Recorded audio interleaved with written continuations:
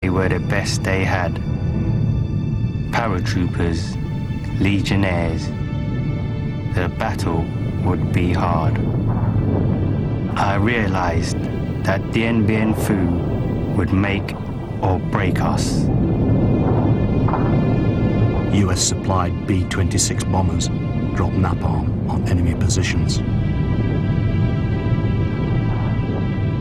The French garrison below is outnumbered 4-1 by a Viet Minh army 50,000 strong, which completely encircles it.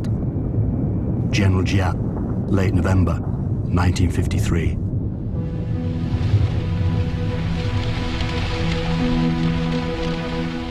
Our scouts at Dien Bien Phu send daily reports.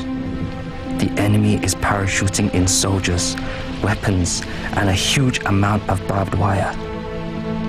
They are industriously repairing the old Japanese airstrip. The French generals have announced, this is not a raid. We have taken this place, and we intend to stay. So be it.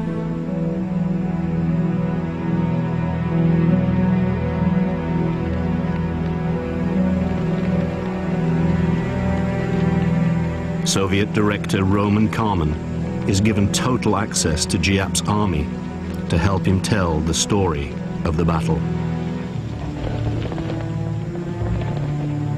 The French have made a critical error, assuming that Dien Bien Phu is safe from attack by heavy armor and artillery.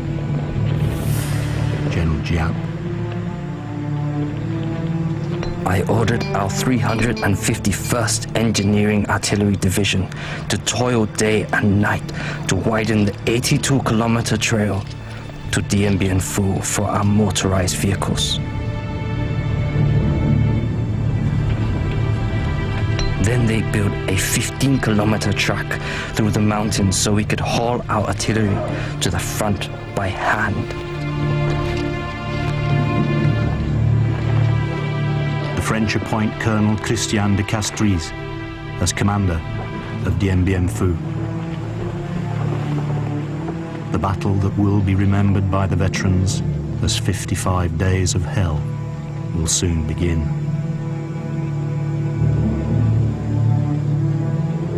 No quarter will be given, none will be asked for.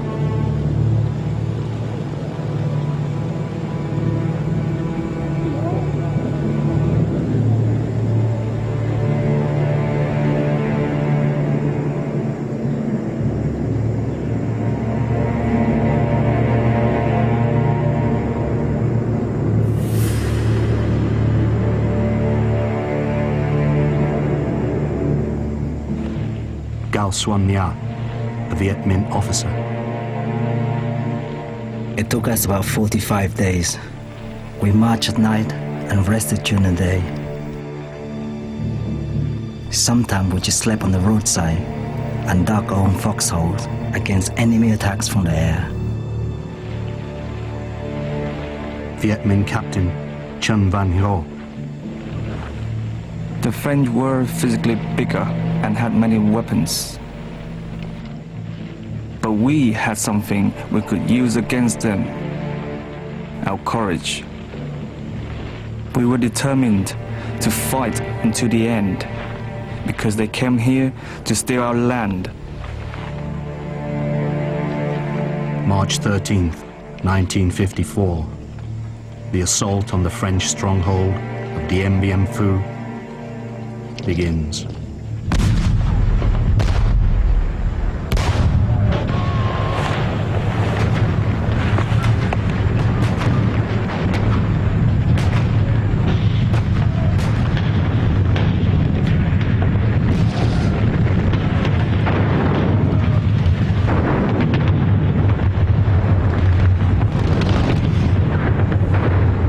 General Giap. The French could not resolve the threat to their airfield. Their porcupine defense had lost a vital element, its strength in the air. They could only reinforce their units with parachute drops, and they could not get their wounded out. Their camp had only 40 beds in its medical unit, and they had already hundreds of wounded. This was the French command's nightmare.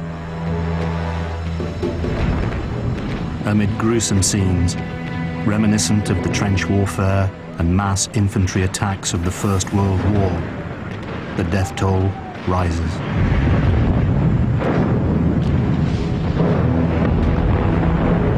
There are countless acts of heroism on both sides as the Battle of Dien Bien Phu becomes part of military folklore.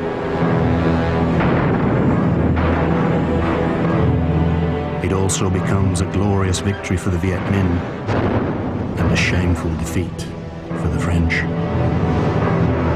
French resistance ends on May 7th. Giap orders a full-scale infantry attack.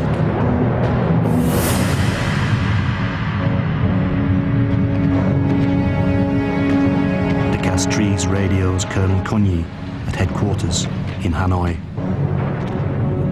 The Viets are everywhere. The situation is very grave. I feel the end is approaching. General Giap. Tonight, you will attack the Porcupine's Eye and finish it off.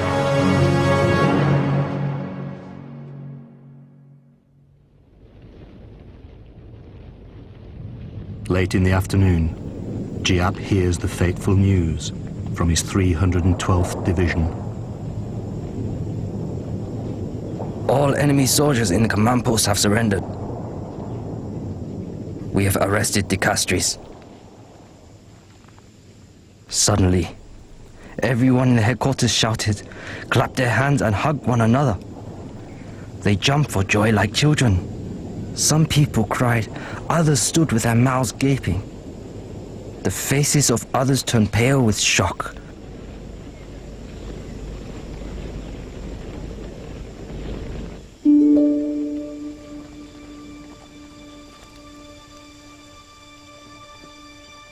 French commander De Castries, who has been promoted to brigadier general during the battle, becomes a prisoner of war.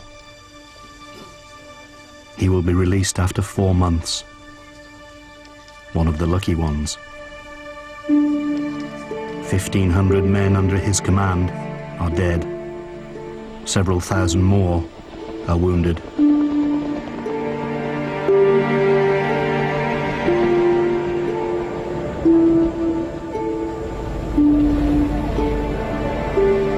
The Red Cross evacuates a fortunate few hundred of the Viet Minh's 10,000 prisoners. But most are force-marched to prisoner of war camps hundreds of kilometers away. Less than 4,000 will survive to be repatriated to France.